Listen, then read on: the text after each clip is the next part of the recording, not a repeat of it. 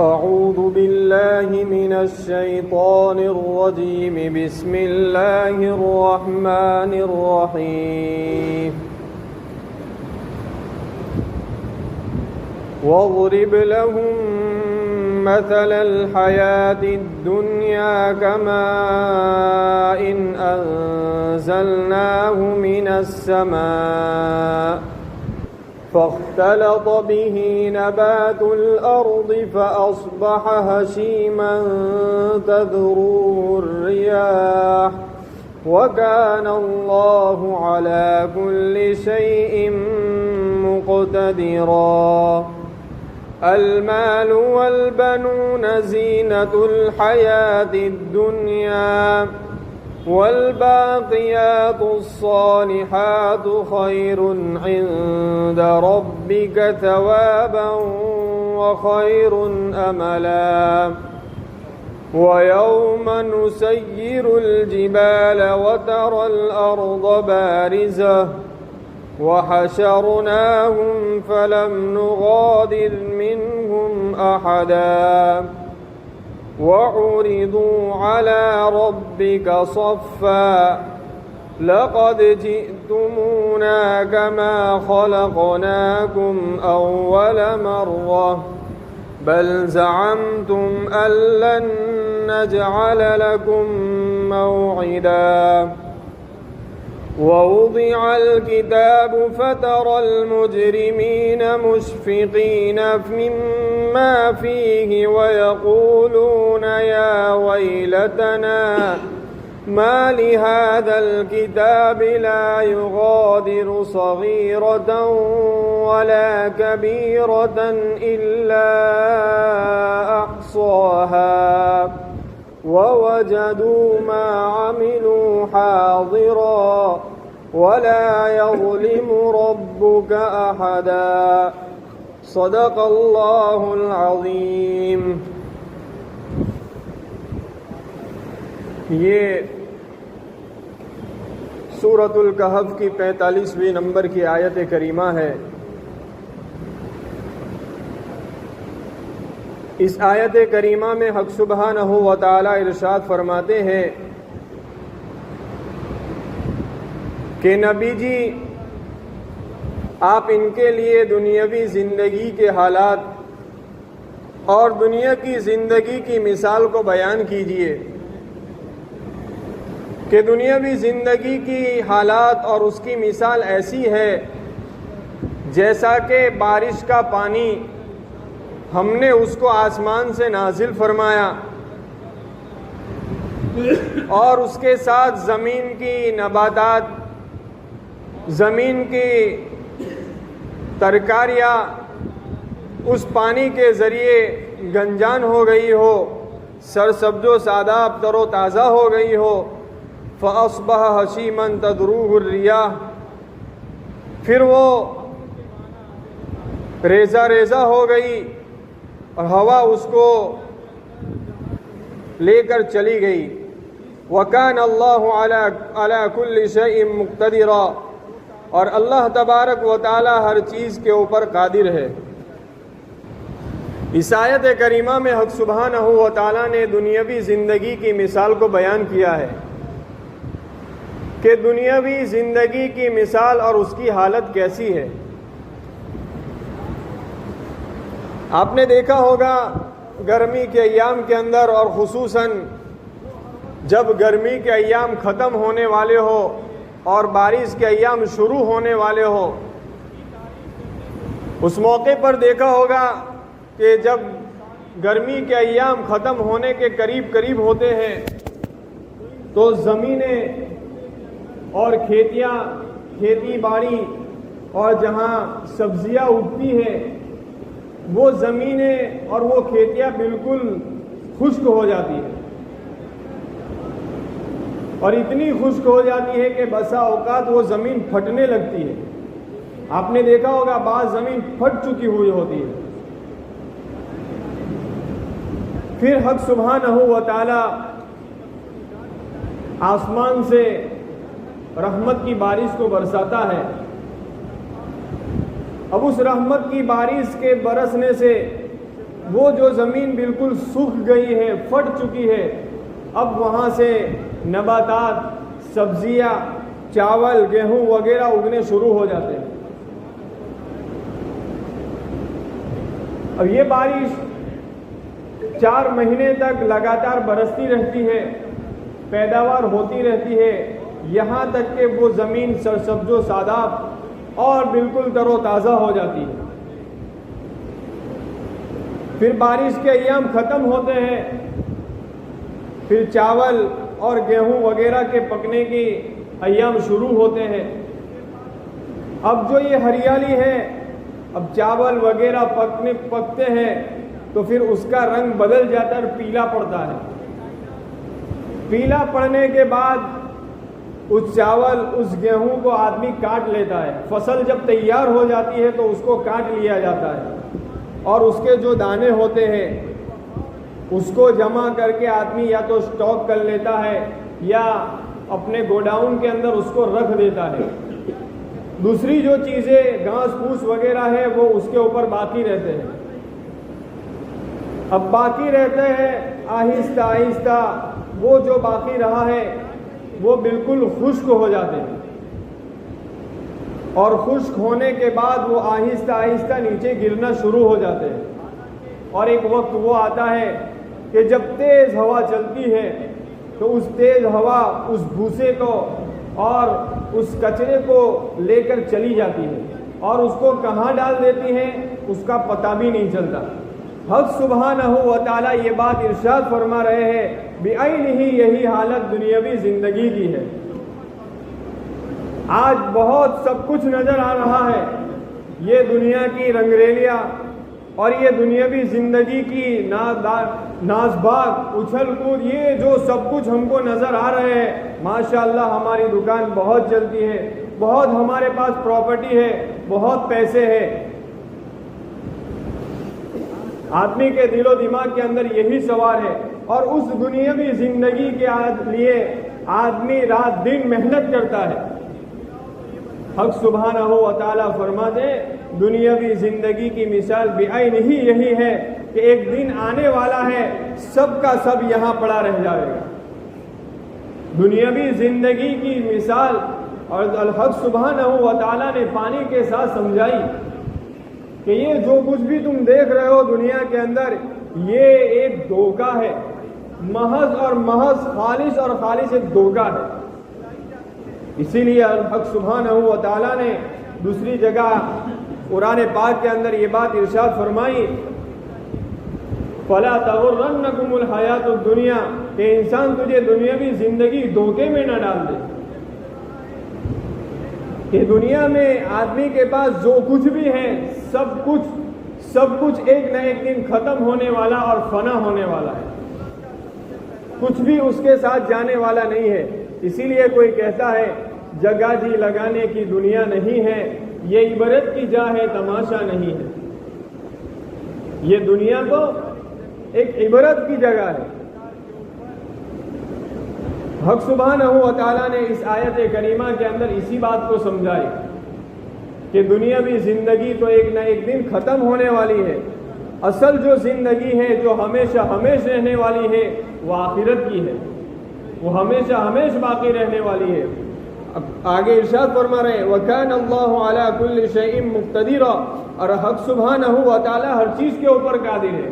یعنی اللہ رب العزت جس چیز کو آباد کر سکتے ہیں کہ بارش کے پانی کے ذریعے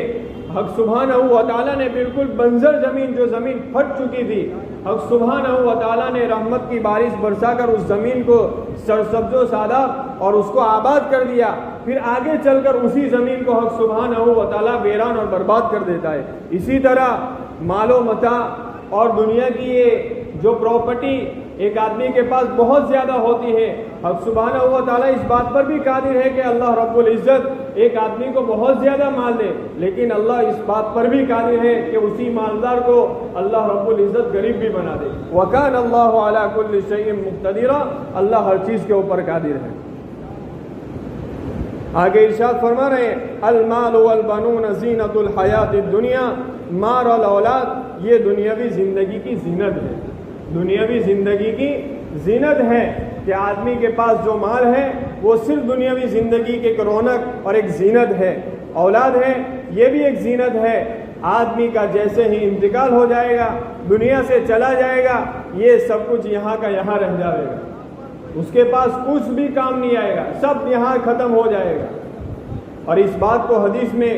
بہت اچھی طرح مثال دے کر سمجھائی، جو مشہور حدیث ہے آپ نے شاید سنی بھی ہوگی، اور فضائل اعمال صدقات میں یہ حدیث بھی موجود ہے کہ نبی کریم صلی اللہ علیہ وسلم کی حدیث میں ہے کہ ایک آدمی کا انتقال ہو رہا تھا، اس کے 3 بھائی تھے، 3 بیٹے تھے، 3 بھائی تھے۔ اس نے پہلے بھائی کو بلایا اور کہا دیکھ میں مر رہا ہوں، میری روح نکل رہی ہے، میں نے تیرے لیے بہت کچھ قربانیاں دی ہے، میں نے تیرے لیے بہت محنت کی ہے تیرے پیچھے، اور اس محنت میں نہ تو میں نے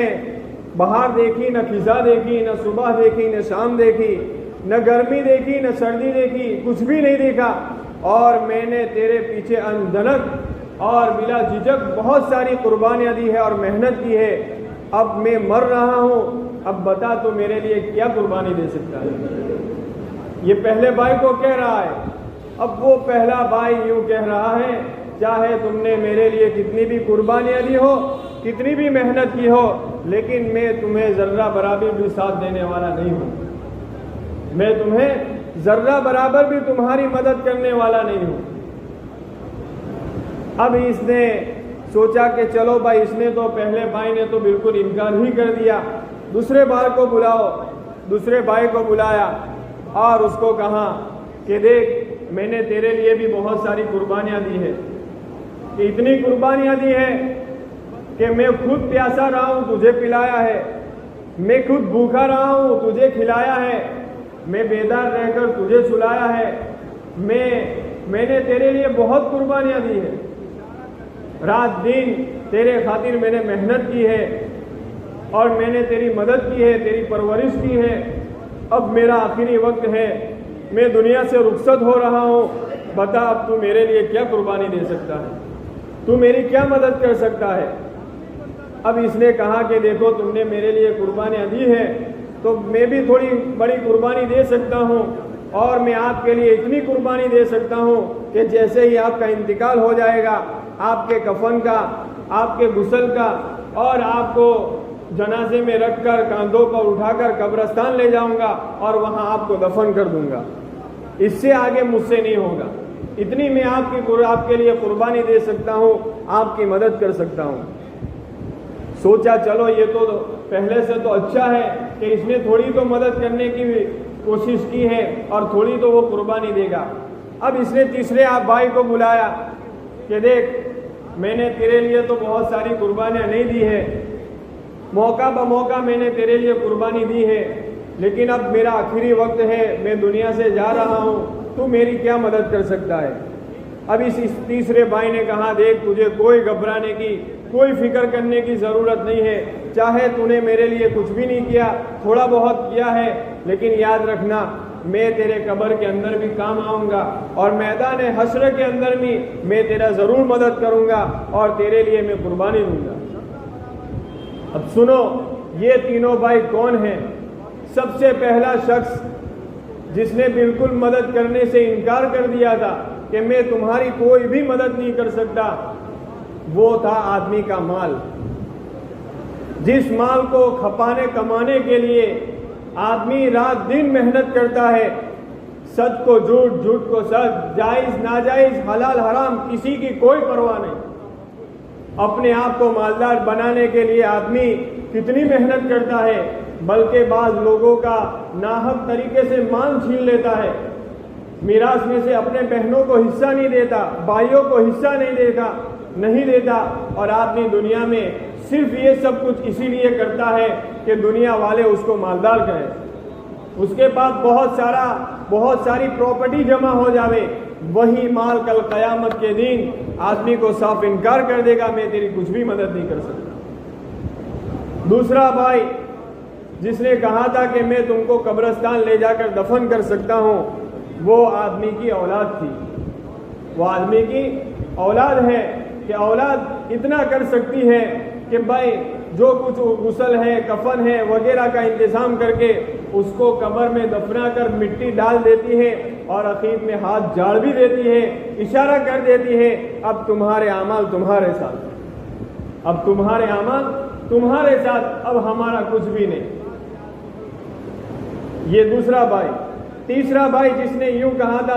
تو نے میرے لیے قربانی بہت زیادہ نہیں دی، لیکن میں تمہارے قبر کے اندر اور میدان حشر تم کو کام آؤں گا، وہ آدمی کے نیک اعمال ہے. آدمی اس کے لیے بہت ساری قربانیاں نہیں دیتا، موقع بموقع نماز کا وقت ہویا نماز پڑھ لی، صدقہ کر دیا، خیرات کر لی، رمضان آیا روزہ رکھ لیا، وہی چیز آدمی کو قبر کے اندر میدان حشر کے اندر کام آئے گی.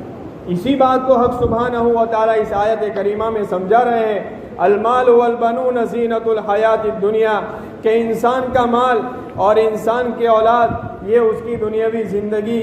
کی رونق ہے. والباقیات الصالحات خیر عند ربک ثوابا وخیر عملا، اور باقی رہنے والے باقیات الصالحات یہ بہتر ہے تیرے رب کے نزدیک، یعنی وہ اعمال جو باقی رہنے والے ہیں ثواب کے اعتبار سے، وخیر عملا، اور بہتر ہے امید کے اعتبار سے. یعنی آدمی اچھے اعمال کر کے حق سبحانہ و تعالیٰ سے امید رکھے، یہ بہتر ہے، کیونکہ حق سبحانہ و تعالیٰ اس کی اچھائی کا بدلہ اس کو ضرور نہ ضرور ایک دن دینے والے ہیں. اب یہاں پر یہ لفظ والباقیات الصالحات کہ باقیات صالحات یہ بہتر ہے تیرے رب کے نزدیک. اب یہ کیا چیز ہے باقیات صالحات؟ چنانچہ حدیث میں آیا ہے کہ اس سے مراد وہ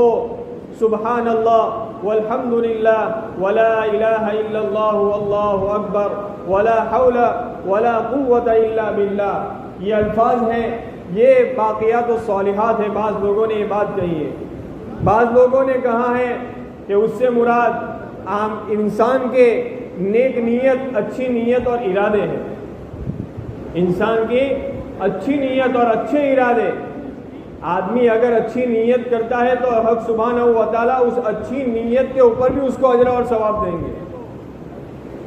ایک حدیث ہے، حدیث ہے معراج، جس سلسلے میں معراج کا جس حدیث کے اندر واقعہ اور قصہ بیان کیا گیا ہے، اس میں نبی کریم صلی اللہ علیہ وسلم جب معراج کے لیے تشریف لے گئے، پہلے دوسرے تیسرے 7 آسمان کے 7ویں آسمان کے اوپر، اس دنیا کے اندر جو بیت اللہ ہے، کعبۃ اللہ ہے، بالکل سیدھی، اس کی بالکل سیدھی اوپر کی جانب 7ویں آسمان کے اوپر فرشتوں کا کعبۃ اللہ ہے، فرشتوں کا کعبہ ہے جس کو بیت المعمور کہا جاتا ہے. اور اس کی قسم حق سبحانہ و تعالیٰ نے قرآن پاک کے اندر بھی کھائی ہے، والبیت المعمور. دنیا کے اندر جو کعبۃ اللہ بالکل اسی سمت میں 7ویں آسمان کے اوپر فرشتوں کا کعبہ ہے. نبی کریم صلی اللہ علیہ وسلم جب وہاں 7ویں آسمان کے اوپر تشریف لے گئے، وہ فرشتوں کا جو کعبہ ہے وہاں دیکھا حضرت ابراہیم علیہ السلام سے ملاقات ہوئی. حضرت ابراہیم علیہ السلام دیوار کے اوپر، دیوار کے پاس ٹیک لگائے ہوئے بیٹھے تھے. ملاقات ہوئی تو آپ نے یہ بات ارشاد فرمائی کہ آپ جب معراج سے فارغ ہو جائیں اور جب آپ واپس تشریف لے جائیں تو آپ میری طرف سے اپنی امت کو سلام کہنا، اور یہ بات بھی کہنا کہ جنت یہ بالکل ایک چٹیل میدان ہے، بالکل ایک چٹیل میدان ہے. اور جب انسان دنیا میں رہ کر سبحان اللہ، الحمدللہ یہ الفاظ اور حق سبحانہ و تعالیٰ کا ذکر کرتا ہے، تو جو آدمی جس اعتبار سے ذکر کرتا ہے اس چٹیل میدان، جنت کے چٹیل میدان میں اس آدمی کے لیے محل، باغات، اور اس کے لیے باغات، محل اور درخت لگائے جاتے ہیں. آدمی دنیا کے اندر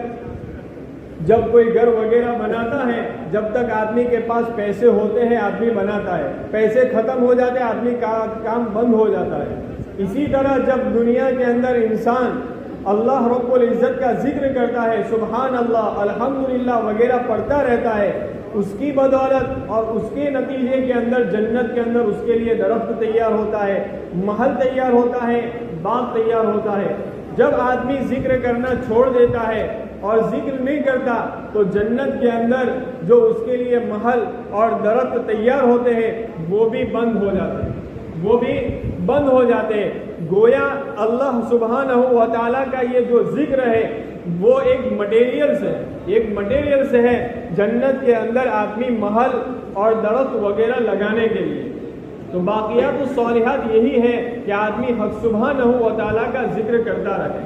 اسی بات کو یہاں پر ایک بات ارشاد فرمائی اور ایک حدیث میں عجیب بات بیان فرمائی کہ باقیات الصالحات سے مراد نیک بیٹیاں ہیں، نیک بیٹیاں ہیں۔ چنانچہ حدیث میں ہے انسان کے لیے نیک صالح بیٹیاں یہ اس کے لیے ثواب کا ایک بہت بڑا ذخیرہ ہے۔ حدیث میں نبی کریم صلی اللہ علیہ وسلم نے بات ارشاد فرمائی کہ ایک مومن کے لیے جہنم میں جانے کا فیصلہ ہو چکا، اب فرشتے اس آدمی کو گھسیٹ کر جہنم میں لے جا رہے ہیں۔ اب یہ اس آدمی کی جو دنیا کے اندر جو بیٹیاں تھیں نیک صالح، اب یہ چمٹ گئی اپنے باپ سے اور حق سبحانہ و تعالیٰ سے فریاد کرنے لگی کہ اللہ یہ میرے باپ ہیں جنہوں نے ہماری تربیت کے لیے اور ان کے وہ ہمارے اوپر بہت سارے احسان ہیں اور انہوں نے ہماری بہترین تربیت فرمائی ہے اور اس تربیت کے لیے انہوں نے بہت بڑی قربانیاں دی۔ چنانچہ اس بیٹیوں کی اس بول کے اوپر حق سبحانہ و تعالیٰ نے اس باپ کی جو جس کا جہنم میں جانے کا فیصلہ ہو چکا تھا، اللہ رب العزت نے اس بیٹیوں کے صدقے میں اس باپ کی بخشش فرما دی اور اس کو جنت میں داخل کر دیا۔ تو بیٹیاں اللہ کی بہت بڑی نعمت ہے۔ تو باقیات الصالحات سے بعض لوگوں نے یہ بھی مراد لیا ہے کہ نیک بیٹیاں ہیں۔ والباقیات الصالحات خیر عند ربک ثوابا وخیر عملا، اور باقیات الصالحات یہ بہتر ہے تیرے رب کے نزدیک ثواب کے اعتبار سے، وخیر عملا اور بہتر ہے امید کے اعتبار سے۔ وَيَوْمَ نُسَيِّرُ الْجِبَالَ وَتَرَى الْأَرْضَ بَارِزَةً، اور اس دن ہم پہاڑوں کو چلائیں گے اور تو دیکھے گا زمین کو بالکل سیدھی، یعنی جس دن حضرت اسرافیل علیہ السلام سور پھونکیں گے، دنیا کے اندر جو بڑے بڑے پہاڑ ہیں حق سبحانہ و تعالیٰ اپنی قدرت کاملہ سے ان پہاڑوں کو چلائیں گے، ان پہاڑوں کو چلائیں گے اور زمین بالکل سیدھی ہو جائے گی، کیونکہ نہ اس کے اوپر کوئی محل باقی رہیں گے، کوئی درخت باقی، بالکل سیدھی زمین ہو جائے گی، ذرہ برابر بھی اس زمین کے اندر اونچ نیچ نہیں ہوگی۔ حق سبحانہ و تعالیٰ اسی کو فرما رہے ہیں وَحَشَرْنَاهُمْ، اور اس دن ہم ان سب لوگوں کو جمع کریں گے، فَلَمْ نُغَادِرْ مِنْهُمْ أَحَدًا، اور ان میں سے ہم کسی کو بھی نہیں چھوڑیں گے، ہم کسی کو بھی اس دن نہیں چھوڑیں گے۔ وَعُرِضُوا عَلَىٰ رَبِّكَ صَفًّا، اور وہ اپنے رب کے پاس پیش کیے جائیں گے صف در صف۔ جس طرح آدمی نماز پڑھتا ہے، جماعت کے ساتھ نماز پڑھتا ہے صف کے اندر، اسی طرح کل قیامت کے دن لوگ حق سبحانہ و تعالیٰ کے دربار میں سب باندھے ہوئے حاضر ہوں گے، کوئی کسی کے پیچھے چھپنا چاہے گا چھپ ہی نہیں سکیں گا، اور سارے لوگ حق سبحانہ و تعالیٰ کے پاس پیش کیے جائیں گے۔ لَقَدْ جِئْتُمُونَا كَمَا خَلَقْنَاكُمْ أَوَّلَ مَرَّةٍ، البتہ تحقیق کہ تم ہمارے پاس آ گئے جیسا کہ ہم نے تم کو اول مرتبہ پیدا کیا تھا۔ پہلی مرتبہ میں آدمی انسان جس حالت کے اندر پیدا ہوا ہے اسی حالت کے اندر حق سبحانہ و تعالیٰ کے سامنے حاضر ہوں گے۔ سب سے پہلے تو انسان جب پیدا ہوا بالکل ننگے بدن تھا، اس کے اوپر کپڑا نہیں تھا۔ کل قیامت کے دن اللہ سبحانہ و تعالیٰ کے سامنے انسان حاضر ہوگا، بالکل ننگے بدن ہوگا۔ دوسری بات کہ انسان جب دنیا کے اندر آیا اس کے پیر کے اندر، اس کے پاؤں کے اندر چپل نہیں تھا، کل وہ ننگے پاؤں ہوگا۔ وہ جب حق سبحانہ و تعالیٰ کے دربار میں حاضر ہوگا، پیشی ہوگی تو اس کے پیر کے اندر چپل نہیں ہوں گے۔ تیسری بات کہ انسان بے سر و سامان، اس کے پاس کوئی چیز نہیں، جب دنیا میں آیا کوئی چیز نہیں تھی۔ اسی طرح کل قیامت کے دن بھی حق سبحانہ و تعالیٰ کے سامنے بغیر ساز و سامان کے وہ حاضر ہوگا۔ جب دنیا کے اندر آیا، دنیا میں آنے کے بعد انسان کی ختنہ کی گئی، ایک چمڑی تھی اس کو کاٹ دیا گیا، لیکن جب جس وقت آیا وہ چمڑی اس کے ساتھ لگی ہوئی تھی، بعد میں اس کو کاٹ دیا گیا۔ جب کل قیامت کے دن میدان حشر کے اندر انسان حق سبحانہ و تعالیٰ کے سامنے حاضر ہوگا تو وہ چمڑی جو ختنہ کے موقع کے اوپر کاٹ دی گئی تھی اس چمڑی کو لگا دیا جائے گا اور وہ اس دربار کے حق سبحانہ و تعالیٰ کے سامنے حاضر ہوگا۔ اسی کو فرمایا لقد جئتمونا، البتہ تحقیق کہ تم ہمارے پاس آئے، کما خلقناکم اول مرہ، جیسا کہ ہم نے تم کو اول مرتبہ پیدا کیا۔ حدیث میں ہے جب یہ بات سنی حضرت عائشہ رضی اللہ تعالی عنہ چونکہ غیرت والی با حیا عورت تھی، فوراً حضور صلی اللہ علیہ وسلم سے سوال کیا، اے اللہ کے رسول، مرد اور عورت کل قیامت کے دن ننگے آئیں گے اور کیا ایک دوسرے کے سطر کو نہیں دیکھیں گے؟ حضور نے فرمایا کہ عائشہ وہ منظر ایسا ہولناک اور خطرناک اور بھیانک ہوگا، ہر ایک ایسی فکر کے اندر ہوگا کہ ہر ایک کو اپنی اپنی فکر ہوگی، ایسا نفسا نفسی کا عالم ہوگا کہ پاس میں بازو میں رہنے والا، بازو میں کھڑے ہونے والا انسان وہ چاہے کیسا بھی ہو، آدمی کو اس کو دیکھنے کی بھی فرصت نہیں ہوگی، آدمی کو اس کو دیکھنے کی بھی فرصت، ہر ایک کو اپنی اپنی فکر لاحق ہوگی۔ بعض اللہ کے بندے ایسے بھی ہوں گے جس کو حق سبحانہ و تعالیٰ اس موقع کے اوپر بھی جنت کا لباس پہنائیں گے، جنت کا لباس پہنائیں گے۔ اللہ سے دعا کریں اللہ ہمیں بھی پہنائے۔ اور سب سے پہلے جنت کے کپڑے جس شخصیت کو پہنائے جائیں گے وہ تھے حضرت ابراہیم علیہ السلام کو پہنائے جائیں گے، جو نبی کریم صلی اللہ علیہ وسلم کے دادا ہیں کہ ان کو سب سے پہلے جنت کے لباس اور جنت کے کپڑے پہنائے جائیں گے، اور وہ اسی لیے پہنائے جائیں گے کہ انہوں نے دین کے خاطر، دین کے اعلاء کلمت اللہ کے لیے اور دین کی دعوت لے کر جب آپ نمرود کے دربار میں گئے تو نمرود نے دین کی بات کو سن کر سب سے پہلے ان کو ننگا کر دیا اور ننگا کر کے ان کو آگ کے اندر ڈالا۔ اس ننگے جب انہوں نے اللہ کے دین کے لیے اتنی بڑی قربانی دی، اللہ پاک نے اس قربانی کو، اللہ کسی کی قربانی کو ضائع نہیں کرتا، جب وہ ننگے اس آگ کے اندر ڈالے گئے، اللہ پاک نے اس کے انعام کے طور پر کل قیامت کے دن سب سے پہلے جنت کا لباس حضرت ابراہیم علیہ السلام کو اللہ پہنائیں گے۔ اللہ ہمیں بھی نصیب فرمائے۔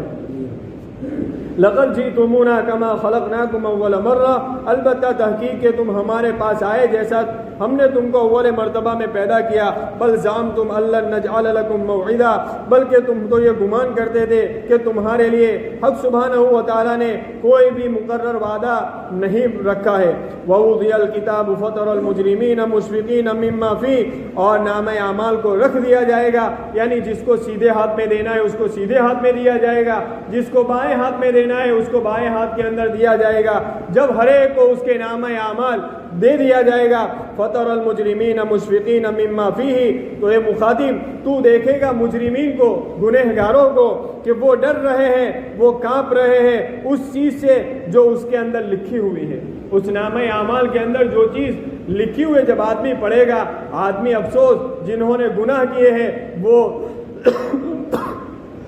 وہ تو اس کے اندر وہ دیکھ کر کانپ جائے گا۔ وَيَقُولُونَ يَا وَيْلَتَنَا مَا لِهَذَا الْكِتَابِ، اور پھر وہ کہے گا اے کاش، ہائے ہماری بربادی، مَا لِهَذَا الْكِتَابِ، اس کتاب کو کیا ہو گیا، اس نامہ اعمال کو کیا ہو گیا، لَا يُغَادِرُ صَغِيرَةً وَلَا كَبِيرَةً إِلَّا أَحْصَاهَا، نہ اس نے کوئی چھوٹا گناہ چھوڑا ہے نہ کوئی بڑا گناہ چھوڑا ہے، إِلَّا أَحْصَاهَا، مگر سب کچھ جو کچھ بھی دنیا کے اندر آدمی نے اپنی حیات ہی کے اندر جو کچھ بھی کیا ہے سارا سب کچھ اس نامہ اعمال کے اندر لکھا ہوا موجود ہے۔ یہاں پر یہ سوال ہو سکتا ہے کہ زندگی کے نامہ اعمال جس نوٹ اور جس چوپڑی کے اندر لکھے گئے ہیں تو کتنی بڑی کاپیاں اور کتنے بڑے دفتر ہوں گے، پوری زندگی کے نامہ اعمال اچھائی اور برائی لکھی گئی ہے۔ یہ شاید اگر یہ سوال آج سے 15-20 سال پہلے ہو سکتا تھا، لیکن اس دور کے اندر اس کو سمجھنا بہت آسان ہو چکا ہے، کیونکہ آج اتنی سی چھوٹی سی میموری جس کے اندر ہزارہ کتاب اندر آ جاتی ہے، جب انسان یہ کر سکتا ہے تو حق سبحانہ و تعالیٰ کے لیے کیا مشکل ہے کہ پوری زندگی کا سوال حق سبحانہ و تعالیٰ جو کچھ بھی انسان نے پوری زندگی کے اندر کیا ہے محفوظ کر لے۔ اس لیے آج کے دور کے اندر اس کو سمجھنا بہت آسان ہو چکا ہے۔ وَوَجَدُوا مَا عَمِلُوا حَاضِرًا، اور جو کچھ بھی انسان نے اس کی زندگی کے اندر کیا ہے وہ سب کچھ اسی وقت وہ حاضر پائے گا، وہ حاضر پائے گا، یعنی جو کچھ حاضر پائے گا مطلب یہ ہے کہ انسان نے اگر اچھے اعمال کیے ہیں تو حق سبحانہ و تعالیٰ اس اچھے اعمال کی شکل دے دیں گے، اچھے اعمال کی یعنی جنت کے انعامات کی شکل دے کر اس کو خوش کر دیں گے۔ اور اگر کوئی اس نے برا اور گناہ کا کام کیا ہے تو اللہ تبارک و تعالیٰ اس گناہ کو بھی بدترین اور بری شکل دے کر اس کے سامنے اس کو حاضر کر دیں گے۔ وَلَا يَظْلِمُ رَبُّكَ أَحَدًا، اور تیرا رب کسی کے اوپر ذرہ برابر بھی ظلم کرنے والا نہیں ہے۔ یعنی اگر انسان نے کالی رات کے اندر کالے پہاڑ میں کالے پتھر کے پیچھے اگر کوئی گناہ کیا ہے تو اور ایسا ہو ہی نہیں سکتا کہ اس گناہ کو لکھنا اعوذ باللہ فرشتے بھول گئے ہو۔ اور اگر کسی انسان نے کوئی کالی رات کے اندر کالے پہاڑ میں کالے پتھر کے پیچھے کوئی نیکی کا کام کیا ہے تو یہ بھی نہیں ہو سکتا کہ فرشتے اس کو لکھنا بھول گئے ہو۔ جو کچھ بھی کیا ہے یعنی اللہ پاک کسی نیکی کو بھول کر یا اعوذ باللہ کسی اچھے کام کو حق سبحانہ و تعالیٰ نے نہ لکھا ہو یا کسی گناہ کو نہ لکھا ہو، ایسا کر کے حق سبحانہ و تعالیٰ کسی کے اوپر ذرہ برابر بھی ظلم کرنے والے نہیں ہیں۔ انسان نے اپنی زندگی کے اندر جو کچھ بھی کیا ہے وہ سارا اس کے پاس موجود ہوگا۔ بس اسی پر اپنی بات کو یہاں ختم کرتے ہیں، آئندہ شنیچر انشاءاللہ آگے کی تفسیر کریں گے۔ وآخر دعوانا الحمدللہ رب العالمین۔